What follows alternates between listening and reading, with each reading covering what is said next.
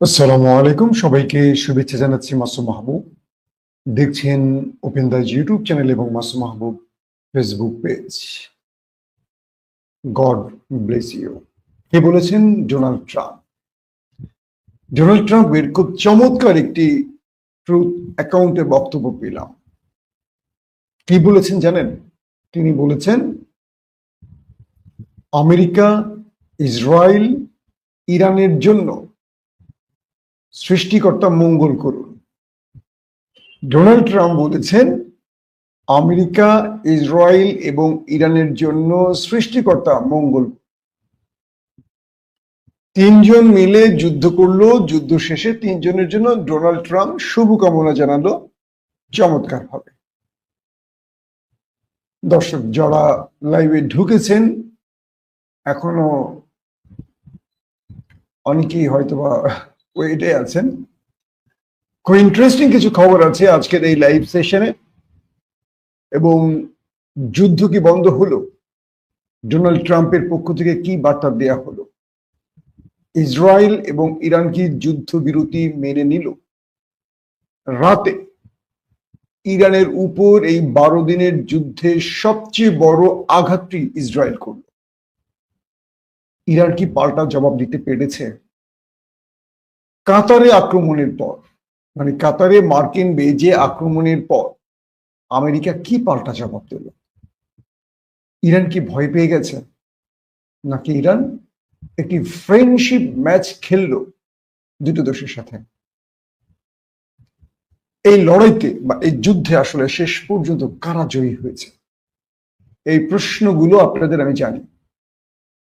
যতটুকু সম্ভব আমি সকালের লাইভে আপনাদেরকে মোটামুটি 20 মিনিট চেষ্টা করব পুরো বিষয়গুলো বোঝাবার। যদি কোনো জিনিস অস্পষ্ট থাকে সেটা আমি দুপুরে আবার আপনাদের জানাবো।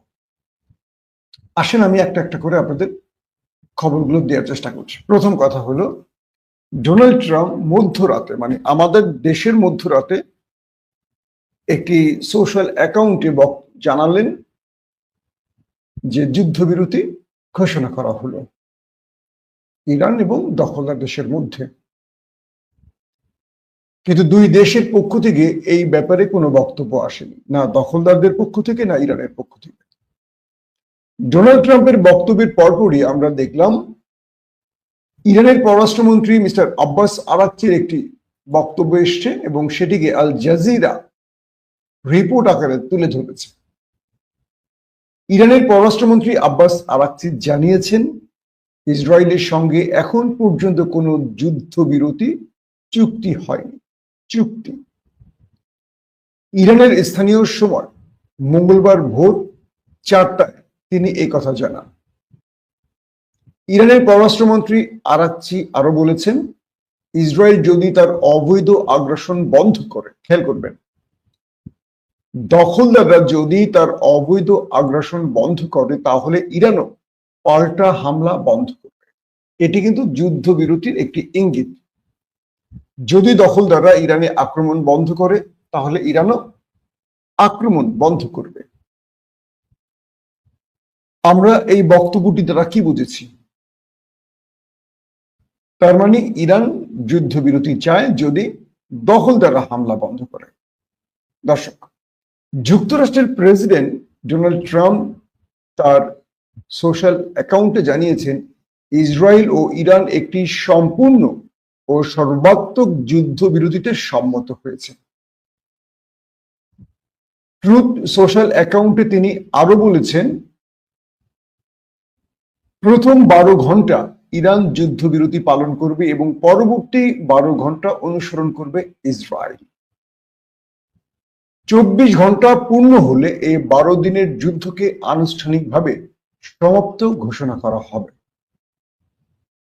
তিনি এই সংঘাতকে 12 দিনের যুদ্ধ বলে আখ্যা দেন। কে বলছেন? Donald Trump. এটি 12 দিনের যুদ্ধ।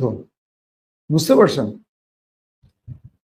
এটি এমন একটি যুদ্ধ যা বছরের পর বছর ধরে চলতে পারত, ডোনাল্ড ট্রাম্প বলছেন, এবং গোটা মধ্যপ্রাচ্যকে ধ্বংস করে দিতে পারত, কিন্তু তা হয়নি, আর কখনো হবে না।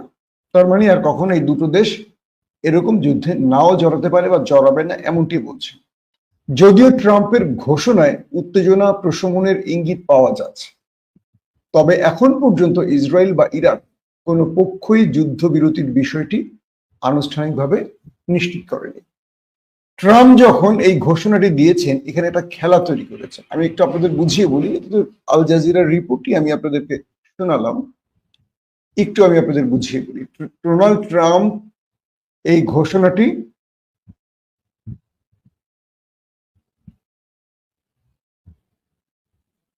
ঘোষণাটি তার ট্রুথ অ্যাকাউন্টে দিয়েছে। যখন ডোনাল্ড ট্রাম্প বলেছেন যে দুপক্ষকে প্রথমে আমি ইরানকে, পরবর্তী দখলদার দেশটিকে 12 ঘন্টা করে সময় দিয়েছি। এটা আসলে কেন? তার মানে প্রথম 12 ঘন্টা ইরান আক্রমণ করবে, তার মনের ঝাল মেটাবে, দ্বিতীয় 12 ঘন্টায় দখলদাররা শেষ করবে। তার মানে তারা তাদের পরিকল্পনা মাফিক এই কাজটি করবে। আরেকটি সূত্র বলছে যে ইরানকে প্রথম 6 ঘন্টা দেয়া হয়েছে আর দখলদারকে পরের 12 ঘন্টা দেয়া হয়েছে। ডোনাল্ড ট্রাম্পের এই ঘোষণার পরপরই আমরা দেখলাম দখলদার দেশটি ইরানের ভেতরে ম্যাসিভ অ্যাটাক শুরু করেছে। আমি ইরানে থাকা বেশ কজন বন্ধুর সাথে কথা বলেছি, গণমাধ্যম কর্মী, তারা যেটি বলেছে যে তারা ঘুমোতে পারছে না তেহরানে, কারণ দখলদার দেশটি ভয়াবহ আক্রমণ করছে তেহরানের গুরুত্বপূর্ণ স্থাপনাগুলোতে। তারা সামরিক বেজগুলোতে, ঘাঁটিগুলোতে এবং স্পেশালি পরমাণু বিজ্ঞানীদের টার্গেট করে আক্রমণ করছে।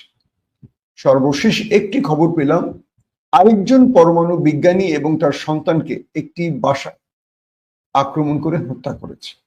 যখন ডোনাল্ড ট্রাম্প যুদ্ধবিরতির ঘোষণা দিয়েছেন এবং টাইম ধরে দিয়েছেন 6 ঘন্টা, 12 ঘন্টা অথবা 12 ঘন্টা করে, তখন দখলদার দেশটি ইরানের ভেতরে ম্যাসিভ অ্যাটাক করেছে।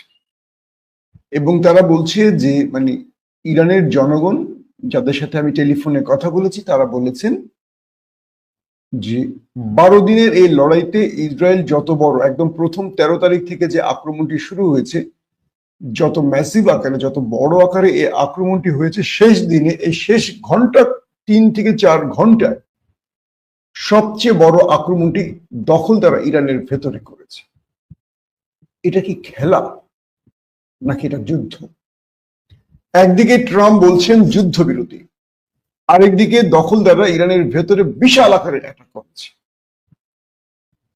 ইরান পাল্টা কিছু মিসাইল ছুড়েছে খবর পেয়েছি, কিন্তু এখন পর্যন্ত ডিটেল খবর আমাদের হাতে আসেনি যে ইরান এই আক্রমণটি খুব ম্যাসিভ আকারে করেছে নাকি লোক দেখানো আক্রমণ করেছে, এটা এখন ক্লিয়ার না।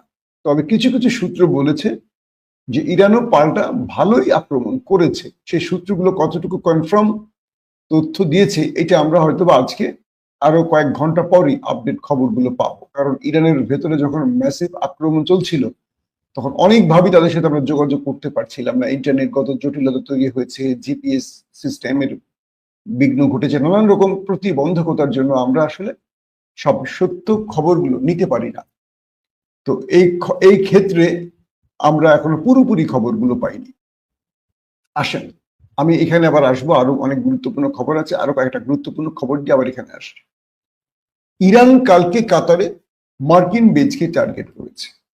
নিউ ইয়র্ক টাইমস বলছে যে ইরান এই ব্যাপারটি কাতারকে আগে জানিয়েছে।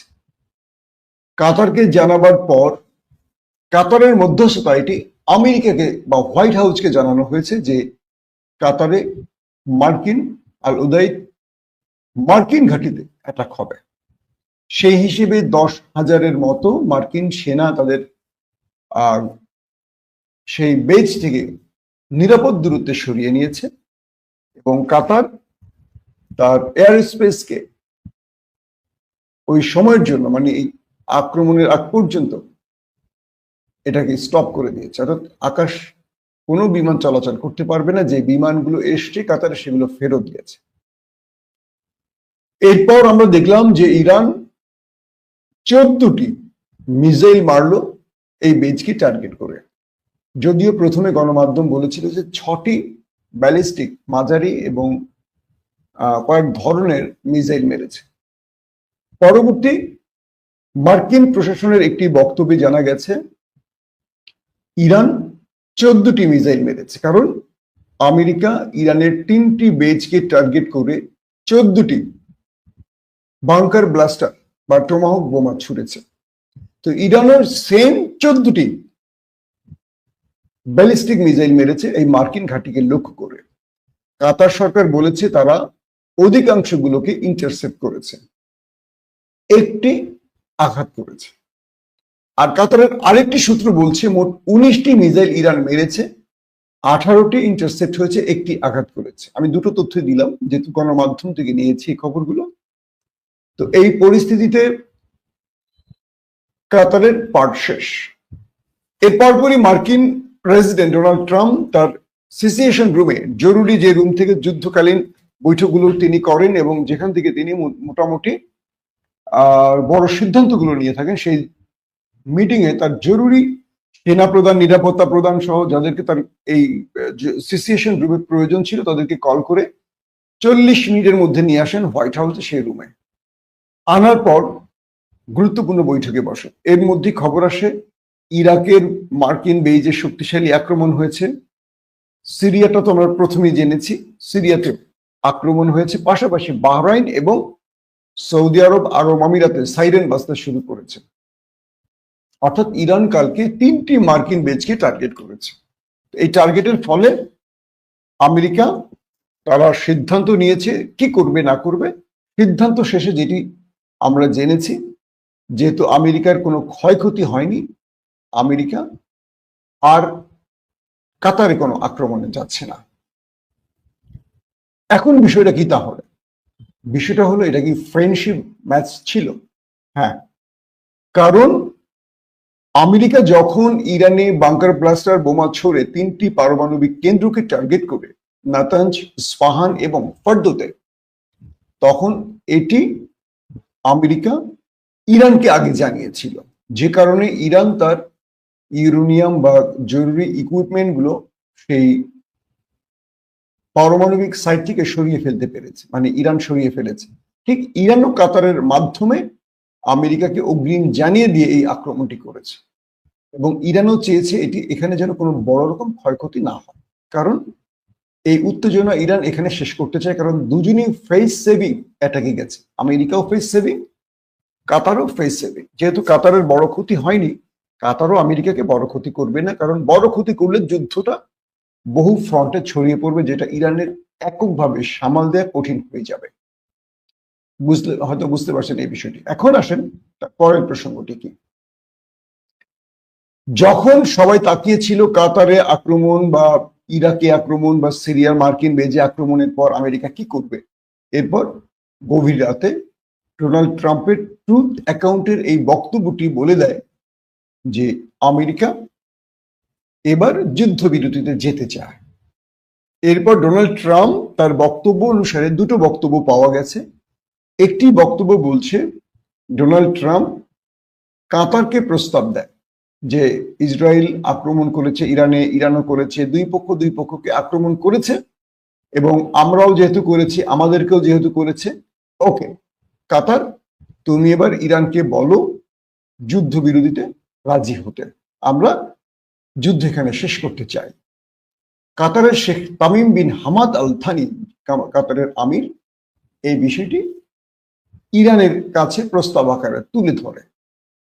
তখন ইরান কাতারের মাধ্যমে আমেরিকাকে জানায় যদি দখলদাররা ভোর 4টা পর্যন্ত কোনো আক্রমণ না করে, আমরা লাস্ট টাইম দিলাম ভোর 4টা, এরপর আর আক্রমণ না করে তাহলে আমরা পাল্টা আর আক্রমণ করব না। মার্কিন প্রেসিডেন্ট ডোনাল্ড ট্রাম্প এই প্রস্তাবটি তো আগেই নেতানিয়াহুর সাথে তার প্রতিদিনই প্রতি মুহূর্তে কথা হয়, দুজনেই তো মানে কলিজার দোস্ত, শব্দ পরিকল্পিত তাদের দুজনের মধ্যে, এই বিষয়টি একে অপরে শেয়ার করে। কিন্তু হঠাৎ করে দেখা যায় দখলদারদের প্রচুর যুদ্ধ বিমান তেহরানকে লন্ডভন্ড করে দিয়ে যায়, ম্যাসিভ আকারে আক্রমণ শুরু করে। গুরুত্বপূর্ণ ইরানের যে সামরিক যত গুরুত্বপূর্ণ স্থাপনা আছে এগুলোকে টার্গেট করে দখলদাররা। এরপর আমরা আব্বাস আরাকচির টুইট বার্তাটি পাই যে তিনি বলেছেন যে ভোর 4টার পর যদি আর কোনো আক্রমণ না হয় তাহলে আমরা এটাকে যুদ্ধবিরতি হিসেবে চিহ্নিত করব। তার মানে আব্বাস আরাকচি এক প্রকার যুদ্ধবিরতির বিষয়টি ইঙ্গিত করেছেন, আবার যুদ্ধবিরতি চূড়ান্ত না এটিও বুঝিয়েছেন তার এক পোস্টের মাধ্যমে। ইসরায়েলি প্রতিরক্ষা বাহিনী বা আইডিএফ তারা অভিযোগ করেছে যে ইরান থেকে ক্ষেপণাস্ত্র নিক্ষেপের পর ইসরায়েলে ব্যাপক সাইরেন বেজেছে। কিছুক্ষণ আগে ইরানের ভূখণ্ডের দিক থেকে ক্ষেপণাস্ত্র ছোড়ার বিষয়টি শনাক্ত করেছে ইসরায়েলের প্রতিরক্ষা বাহিনী এবং তা প্রতিহতের কাজ করেছে তারা। প্রতিবেদনে বলা হয়, মানে দখলদারদের কয়েকটি গণমাধ্যমের প্রতিবেদনে বলা হয়, ইরান থেকে ক্ষেপণাস্ত্র হামলার সতর্কতা পাওয়ার পর ইসরায়েলের বাসিন্দাদের নিরাপদ আশ্রয় যেতে বলা হয়েছে, তারা শেল্টার জোনে আশ্রয় নিয়েছে। এবং ইরানের পররাষ্ট্রমন্ত্রী আব্বাস আরাকচি জানিয়েছিলেন ইরানের সামরিক অভিযান তেহরান সময় ভোর 4টা পর্যন্ত চলবে। এখন এই যে আমরা যে বিষয়টি দেখলাম যে ইরানও আক্রমণ করেছে এবং পাল্টা ইসরায়েলও আক্রমণ করেছে, কিন্তু প্রশ্ন হলো মার্কিন প্রেসিডেন্ট ডোনাল্ড ট্রাম্প কেন এই যুদ্ধবিরতি ঘটালেন? আবার দেখেন, যুদ্ধবিরতি ঘোষণার ক্ষমতা ইরানের নেতৃত্বের হাতে, এটা জানিয়েছে তেহরানের একজন সাংসদ, মানে এমপি। এখন আমরা যদি একটু খুলেই বলতে চাই যে মার্কিন প্রেসিডেন্ট ডোনাল্ড ট্রাম্প আরেকটি কথা বলেছেন যে ইসরায়েল এবং ইরান দুজনেই আমাকে যুদ্ধবিরতির কথা বলেছে, তাই আমি যুদ্ধবিরতির বাস্তবায়ন ঘটিয়েছি। ডোনাল্ড ট্রাম্পের দুটো বক্তব্য পাওয়া গেছে, একটি তিনি কাতারের আমিরকে দিয়ে ইরানকে প্রস্তাব দিয়েছেন, আরেকটি বিষয় দুই দেশ নাকি তাকে বলেছে। কিন্তু ইরানের মধ্যে শেষ কয়েক ঘন্টা যে ম্যাসিভ আকারে দখলদার আক্রমণ করেছে, ইরান কি তার জবাব দিতে পেরেছে? এখানে কয়েকটা বিষয় একটু আমি সংক্ষিপ্ত বলি যে ইরান কি রাশিয়ার কাছ থেকে গ্রিন সিগন্যাল পেয়েছিল যার কারণে মার্কিন 3টি বেজে আক্রমণ করেছে, নাকি ইরান চীন রাশিয়ার কাছ থেকে সেই রকম আশা পায়নি বলে যুদ্ধবিরতিতে চলে গেছে? এই দুটো প্রশ্ন আসবে এবং দুটো প্রশ্নের উত্তর হয়তো আমরা 1-2 দিনের মধ্যে বা কয়েক ঘন্টার মধ্যে দিতে পারবো। কালকে ভ্লাদিমির পুতিন বলেছেন আমরা ইরানি জাতির পাশে আছি, এবং ডোনাল্ড ট্রাম্প বা মার্কিন যুক্তরাষ্ট্র ইরানের উপর অন্যায্য যে আক্রমণ করেছে এটা আন্তর্জাতিক সকল আইনের বিপরীতে। এবং তুরস্কের প্রেসিডেন্ট রজব তাইয়্যিপ এরদোয়ান বলেছেন যদি ইরানের উপর আবারও আক্রমণ হয় তাহলে তুরস্ক এটার জবাব দিতে মাঠে নামতে পারে। তার মানে এরদোয়ানও ইরানের পক্ষে সোচ্চার হয়েছিলেন। এবং আন্তর্জাতিকভাবে ভেতরে ভেতরে রাশিয়া, তুরস্ক, চীন বা এই কয়েকটি বলয় যখন শক্তিশালীভাবে ইরানের পাশে দাঁড়িয়েছে তখনই আমেরিকা এবং ইসরায়েলের সুর নরম হয়েছে। এটি একটি পক্ষের দাবি।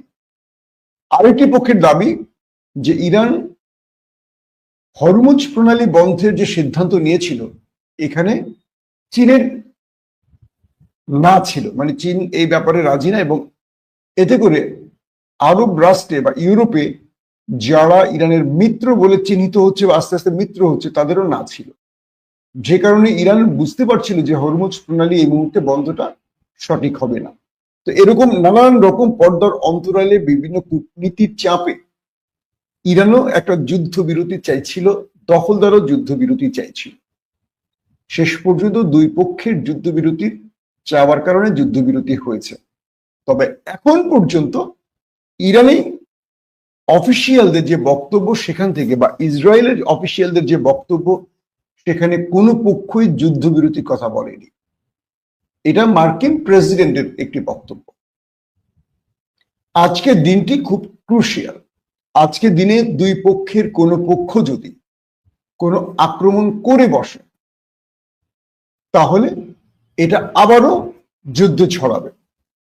যেহেতু ইরানে বড় রকম আক্রমণ করেছে, ইরান কি পাল্টা বড় আক্রমণ করেছে কিনা এই তথ্যগুলো আমরা পাইনি। ইরান আক্রমণ করেছে কিন্তু সেটা বড় আকারে করেছে কিনা, শেষ আক্রমণটা মরণ কামড় ছিল কিনা ইরানের, এটা কিন্তু এখন আমরা জানতে পারছি না। কারণ দখলদারদের আক্রমণে ইরানের অনেক কিছু এলোমেলো হয়ে গেছে। এটির জন্য আমরা অপেক্ষায় আছি। এখন হিসেব করতে হবে এই দুই দেশের লড়াইতে আসলে কে জিতলো কে হারলো। এই কে জিতলো কে হারলো এটা আমরা পরবর্তী লাইভে একদম ডিটেল আপনাদের জানাবো। এখন আমি ভিডিওটা লম্বা করব না, কিন্তু এখন আপনাদের জন্য আমাদের যে আপডেট, সেই আপডেটটা হলো এই লড়াইতে দুটো জিনিস, যদি চীন, রাশিয়া, তুরস্ক জড়িয়ে যেত ইরানের পক্ষে, এটা হতো তৃতীয় বিশ্বযুদ্ধ। আমরা অনেকেই বলি ইরানের পক্ষে চীন, রাশিয়া ওরা নামছে না কেন? অর্থাৎ আমেরিকার বিপরীতে চীনের পক্ষে যদি বিশ্ব শক্তির অপর প্রান্ত দাঁড়িয়ে যায়, নির্দ্বিধা এটা বিশ্বযুদ্ধ, কারণ এটা থামবে না। তাই কৌশলগত কারণে অনেক দেশ এই বড় রকম ক্ষয়ক্ষতি বা বিশ্বযুদ্ধের মতো বড় যুদ্ধকে এড়াবার জন্য অনেক সময় শান্ত থাকার চেষ্টা করে। তো ইরানও যেহেতু ভালোই মোটামুটি ইরানের মধ্যে ক্ষতি হয়েছে, একটা বিষয় মনে রাখতে হবে, ইরানের বিগ পজিশনের আয়াতুল্লাহ আলী খামেনির পর থেকে গুরুত্বপূর্ণ সকল ব্যক্তির প্রথম লিস্টেরই প্রায় 20-25 জন শহীদ হয়েছে। এর মধ্যে ইরান ঘুরে দাঁড়িয়েছে, জবাব দিয়েছে, এবং ইতিহাসে প্রথমবার 3বার বললাম, দখলদার দেশটি জন্মের পর এত বড় আঘাত পেল ইরানের কাছ থেকে, তাদের ভেতরে তাদের দম্ভকে চূর্ণ করে দিয়েছে ইরান। এটি অনেক বড় প্রাপ্তি মুসলিম বিশ্বের জন্য, কারণ কোন দেশ তাদের টোকা দেওয়ার সাহস করেনি। পৃথিবীর প্রতিটি দেশ দখলদারদের ভয় ইন্তেজার থাকে, আর তাদেরকে ইরান কাপড় খুলে লেংটু করে দিয়েছে। এটা অনেক বড় প্রাপ্তি।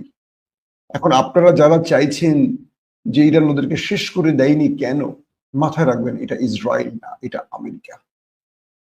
এটা হলো বিশ্বমোড়লদের মধ্যপ্রাচ্যের একটি ক্যান্টনমেন্ট।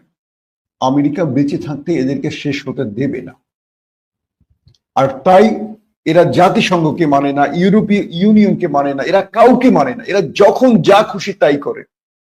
আন্তর্জাতিক আদালত নেতানিয়াহুর বিরুদ্ধে গ্রেফতারি পরোয়ানা জারি করার পরও তিনি ঘুরে বেড়াচ্ছেন, তাকে কেউ গ্রেফতার করতে পেরেছে? পারেনি। তার মানে যতক্ষণ আমেরিকার হাত তার উপরে আছে ততক্ষণ কেউ তাকে টাচ করতে পারবে না। তো নেতানিয়াহুর বিরুদ্ধে বা সেই বিশ্ব শক্তির অন্যতম একটি পার্ট দখলদারদের বিরুদ্ধে ইরান যে প্রতিশোধ নিয়েছে, এটা অনেক বড় বিষয়। দর্শক, বিদায় নিচ্ছি।